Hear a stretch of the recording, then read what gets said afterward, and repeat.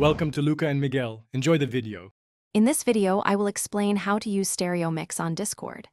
Stereo Mix is a powerful feature that lets you share all the sounds coming from your computer directly with others.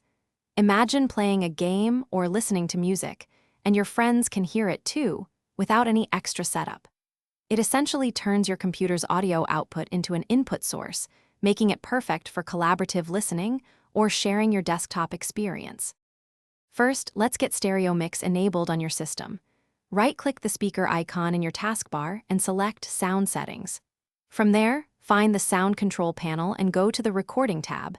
If you don't see Stereo Mix, right-click an empty area and ensure Show Disabled Devices is checked. Once visible, enable it and set it as your default recording device. This prepares your system to broadcast its audio. Now, let's configure Discord to use Stereo Mix. Open Discord and click the gear icon to access User Settings. Under App Settings, select Voice and Video. Here, you'll find the Input Device drop-down menu. Select Stereo Mix from the list.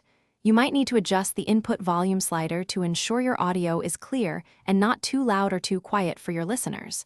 This step connects your system's audio directly to your Discord voice channel. To ensure a smooth experience, consider a few tips. If you also want to speak, use push-to-talk for your regular microphone to prevent audio feedback or echo. If Stereo Mix isn't appearing, update your sound card drivers. Sometimes, adjusting Discord's input sensitivity can help balance your audio.